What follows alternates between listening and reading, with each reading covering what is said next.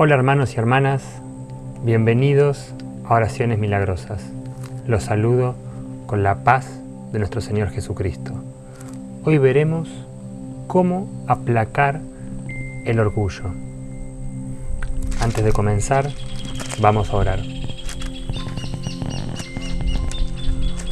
Gracias Señor por este maravilloso día.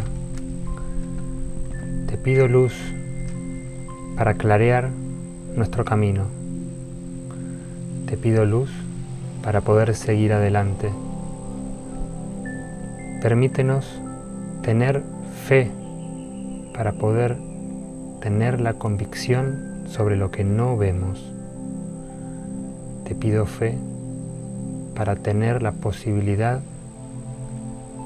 de creer en ti. Fe para poder hacer lo que de otra manera no podría hacer. Amén. Comenzamos con el Salmo 130. Estoy tranquilo y confío en Dios. Dios mío, yo no me creo más que nadie, ni miro a nadie con desprecio. No hago alardes de grandeza, ni pretendo hacer grandes maravillas, pues no podría llevarlas a cabo. Más bien, me he calmado, me he tranquilizado, como se tranquiliza un niño cuando su madre le da el pecho. Estoy tranquilo como un niño después de haber tomado el pecho. Israel, pon tu esperanza en Dios, ahora y siempre. Amén. Señor, en ti pongo mi esperanza. Pongo todo mi empeño, toda mi fuerza en orar por ti. No pretendo hacer cosas grandes, tan solo seguir en tu camino. Te pido luz. Amén. Vamos a continuar con la lectura de Marcos 9. Jesús también les dijo: les aseguro que algunos de los que están aquí no morirán hasta que vean llegar el reino de Dios con poder. 6 días después, Jesús llevó a Pedro, a Santiago y a Juan hasta un cerro alto para estar solos. Frente a ellos, Jesús se transformó. Su ropa se puso tan blanca y brillante como jamás aquí en la tierra podría blanquearse. Luego, los 3 discípulos vieron aparecer al profeta Elías y a Moisés conversando con Jesús. Entonces Pedro le dijo a Jesús: Maestro, qué bueno que estamos aquí. Vamos a hacer 3 enramadas, una para ti, otra para Moisés y otra más para Elías. Los discípulos estaban muy asustados y Pedro se puso a hablar sin pensar en lo que decía. De pronto bajó una nube y se detuvo sobre ellos. Desde la nube se oyó una voz que decía: Este es mi hijo y lo amo mucho. Ustedes deben obedecerlo. Enseguida miraron a su alrededor y ya no había nadie con ellos. Solo estaba Jesús. Mientras bajaban del cerro, Jesús les ordenó que no le contaran a nadie lo que habían visto hasta que Él, el Hijo del Hombre, resucitara. Pedro, Santiago y Juan guardaron el secreto, pero se preguntaban qué significaba aquello de resucitar. Entonces le preguntaron: ¿por qué dicen los maestros de la ley que el profeta Elías va a venir antes que el Mesías. Jesús les respondió: esto es verdad. Elías viene primero a preparar todas las cosas, aunque también es cierto que la Biblia dice que el Hijo del Hombre debe sufrir mucho y ser despreciado. Pero yo les aseguro que Elías ya vino y muchos lo trataron muy mal. Así se anunciaba ya en la Biblia. Cuando llegaron a donde estaban los otros, vieron que había mucha gente alrededor de los discípulos y que los maestros de la ley estaban discutiendo con ellos. Al ver a Jesús, la gente se puso muy contenta, pues no esperaba verlo. Todos corrieron a saludarlo. Jesús les preguntó: ¿qué es lo que discuten entre ustedes? Uno de los que estaban allí le dijo: Maestro, te traje a mi hijo, pues tiene un espíritu malo que no lo deja hablar. Cuando el espíritu entra en mi hijo, él se cae al suelo y empieza a echar espuma por la boca. Sus dientes empiezan a rechinar y él se queda rígido. Les pedí a tus discípulos que expulsaran de mi hijo a este espíritu malo, pero no han podido. Jesús les dijo: ¿por qué no han aprendido a confiar en Dios? ¿Acaso no pueden hacer nada sin mí? ¿Cuándo van a aprender? Tráiganme aquí al muchacho. Enseguida se lo llevaron. Cuando el espíritu malo vio a Jesús, empezó a sacudir al muchacho con gran fuerza. El joven cayó al suelo y empezó a echar espuma por la boca. Jesús le preguntó al padre: ¿desde cuándo le pasa esto? El padre respondió: desde que era pequeño. Desde entonces el espíritu malo siempre ha querido matarlo y lo arroja al fuego o al agua. Por favor, haz algo para ayudarnos. Ten compasión de nosotros. Jesús le preguntó: ¿puedes confiar en Dios? Para el que confía en Él, todo es posible. Enseguida, el padre gritó: sí, confío en Dios. Ayúdame a confiar más en Él.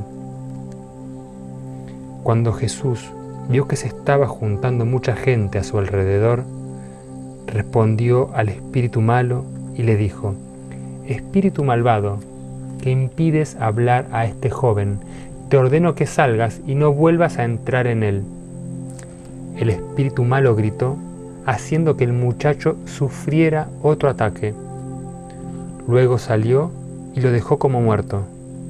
Mucha gente decía: está muerto. Pero Jesús tomó al joven por la mano y lo ayudó a levantarse. Mucha gente le dijo: ¿por qué nosotros no pudimos expulsar a este espíritu? Jesús le contestó: esta clase de espíritu malo solo se puede expulsar por medio de la oración. Jesús y sus discípulos se fueron de ese lugar y viajaron por la región de Galilea. En su camino, Jesús no quiso que la gente supiera que él pasaba por allí, pues quería dedicarse a enseñar a sus discípulos, y les decía: yo, Hijo del Hombre, seré entregado en manos de los que me han de matar, pero 3 días después resucitaré. Los discípulos no entendían lo que Jesús les quería decir, pero tenían miedo de preguntarle. Jesús y sus discípulos llegaron al pueblo de Cafarnaúm. Cuando ya estaban en la casa, Él les preguntó: ¿de qué estaban hablando cuando venían por el camino. Los discípulos no contestaron nada porque habían estado discutiendo cuál de ellos era el más importante.